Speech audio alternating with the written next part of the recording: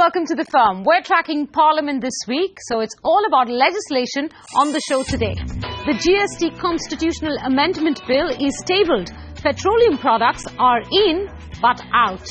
And barely a year after it came into force, the Companies Act 2013 is about to be amended. That's good news for promoters.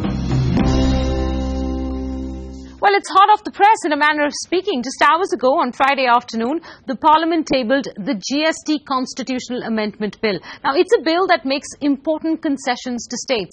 Alcohol have been kept out of GST, and petroleum products are in, yet out. That is, they will not be subject to GST till further notification. Compensation to states may now extend to 5 years. And there's a twist in the tale. For 2 years, an up to 1% tax will be levied on goods by the centre and assigned to states. You know what they say about well begun and half done? Well, today we find out whether this version of the GST is well begun or in fact half undone. And joining me to do that, Lakshmi Kumaran of Lakshmi Kumaran and Sridharan and Rajiv Dimri of BMR. Gentlemen, to both of you, a warm welcome. Mr. Lakshmi Kumaran, let me start first with this sticky issue of petroleum products, right? The fact is that the Constitutional Amendment Bill makes a mention of them, but there will be no GST levy on them. Which petroleum products are we talking about specifically, and what does all of this mean for those particular industries? Petroleum products, in this case, what they are talking about is motor spirit, that is petrol, kerosene, diesel, ATF, etc. The state revenue on these petroleum product sales is considerable, and they don't want to give it as a VAT at this point of time. Right. So what the proposal is, levy the existing taxes on petrol, like in the case of excise, charge normally, like VAT will be charged, sales tax will be charged. So normal existing levies on petroleum products will continue, and they will not get into the GST chain. All other products are in the GST chain, and therefore these two products, namely the petroleum products, will ultimately get into the GST chain after 2 years or 3 years as they get levy. Okay. So therefore it is not as though petroleum products are zero rated. It is not as though they are not going to be levied at all.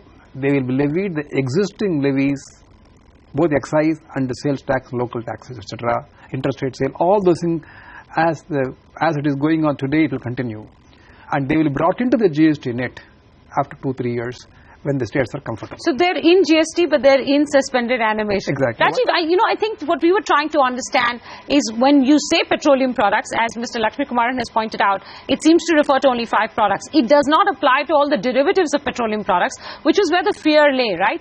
Because this is a big input in all industry. So it won't apply to tires or paints or anything like that. It only applies to the sale of these products, which in itself is, as you were pointing out in a conversation to me before, a very B2C situation as opposed to a B2B situation.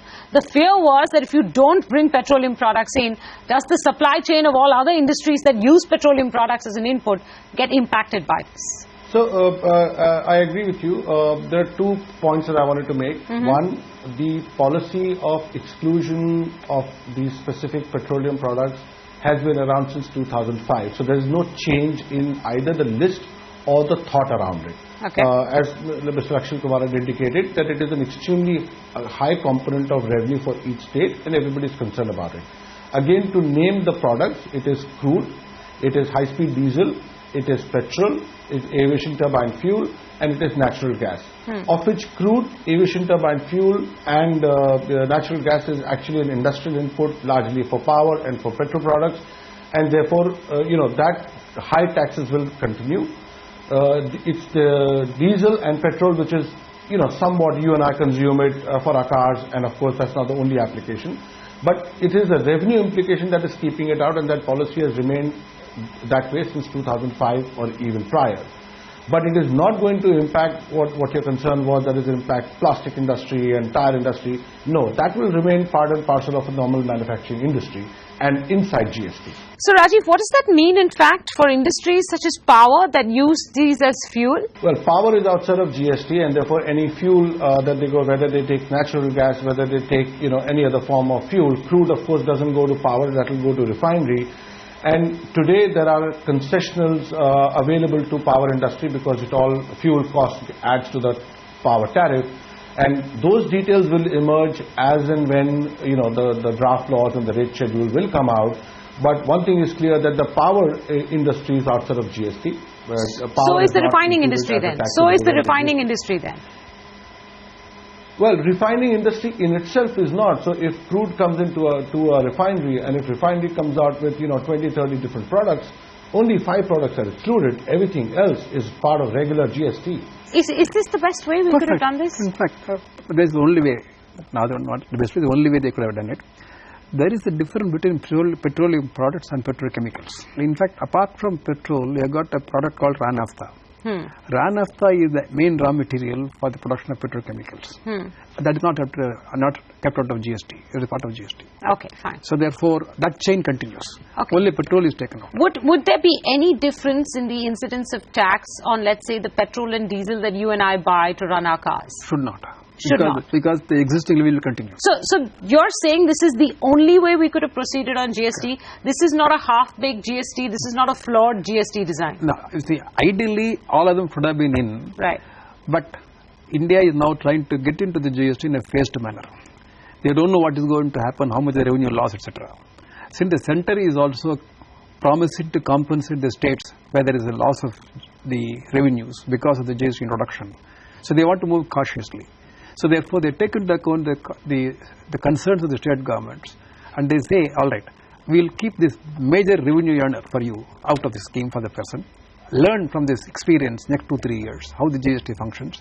By the time we'll get much more statistics as to how we can deal with the petroleum products, and then we can introduce it. Okay, so you brought up the issue of compensation, and it does seem that the centre has made a considerable giveaway to the state by agreeing to an almost 5-year period of compensation as opposed to the earlier position of 3 years. Is it a big giveaway? Not at all. Not at all. Once you fix the blended rate for the GST regime, and I am sure the government, the parliament and all state governments are going to fix a rate which will be slightly higher than the existing one, so that nobody wants to lose the revenue. I don't think there is going to be any big loss to the state governments at all. Or the centre? Or the centre. Okay. You and I are going to pay for it. That's fine. But the state governments are blocking the entire thing because of the companies are not being part of the constitutional amendment, etc. Okay. So therefore, the centre is given away not only 3-5 years.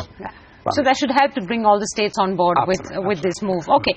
The one twist in the tail, though, Rajiv, is this interesting 1% additional tax. The bill says levy of an additional tax on supply of goods not exceeding 1% in the course of interstate trade or commerce to be collected by the Government of India for a period of 2 years and assigned to the states from where the supply originates. Where has this come from? What does it mean? And again, what does it mean from the larger point of view of the design of a GST? Well, this design is clearly against the notion of GST because we are trying to get away from this origin base of tax, and therefore CST is to be phased out. This is nothing but a backdoor entry for CST. What is not clear to me is, so while I understand the revenue compulsion that this is to protect the revenue of the states which are going to lose CST, what is not clear is whether this additional tax of 1%, while it says for 2 years, but there is also a provision which allows the GST Council to extend the period of 2 years. So if there is, some stretchability in that. What I would be most curious to know as the details emerge is this a tax which is available as credit to the taxpayer? In which case, it is more a matter of compensation between the centre and state and one state and another, but doesn't impact the tax flow to the taxpayer. But if it is going to be a non-creditable tax, then it is continuation of CST just by another name. And that would be regressive. Basically, if you look at the existing tax regime, there is something called goods originating state and consuming state. Yeah. Originating state, as of now, they are collecting what is known as the central sales tax. That goes to the particular state. In the case of GST, the tax ultimately gets consumed in the consuming state. So that the originating state lose that money. Right. So therefore, the originating state were contributing to the exchequer. They are now worried whether they will lose their money at all. So therefore, as a temporary measure, again a bargain by the central state. Okay, I will charge 1% extra for the interstate sale and give this money back to you, the originating states, so that you are not immediately worried about your loss of revenue at this point of time, but come to the table, let us now work together. Will it get a credit, as Rajiv was pointing out? It will. Will. So from a taxpayer and assessee point of view, it's not of big impact. Yeah. But from a state point of view, at least they get that assured additional revenue, so to speak. Because that goes to them straight away. Okay, so I have come to my final question then. So how prepared are companies for GST? Because nobody expected or nobody was sure when exactly this regime will take off. See, at this point of time, they must know now that excise and various additional components of excise, additional duty of excise, etc., will all go away. And so also, number of state levies. Many finance ministers are very innovative in introducing new types of levies. All those things will get subsumed. Now, there will be one common market in India. Now, what the companies have to do now at this point of time will be wait for the actual GST law. And many companies have to necessarily relook at their method of supply chain and also their vendor chain, and whether in this GST regime, whether what they've been doing till now is the right way of doing, or they should tweak something to complete their supply chain management properly. Over time, a lot of things have to come into it. We're still, while entry taxes is in it, we still have to deal with octroi and other things. What happens to real estate? What happens to stamp duties and other taxes? We still have to deal with 2-3 years later petroleum getting into it. So April 1, 2016 is the beginning of the process of GST introduction in India and not the end of that process. Well, this is just the beginning of our coverage as well. Gentlemen, thank you very much for joining me today. We'll continue to keep the spotlight focused on GST through the course of 2015. For now, we'll take a break on the firm. When we come back, barely a year after it came into force, the Companies Act 2013 is about to be amended. That's good news for promoters.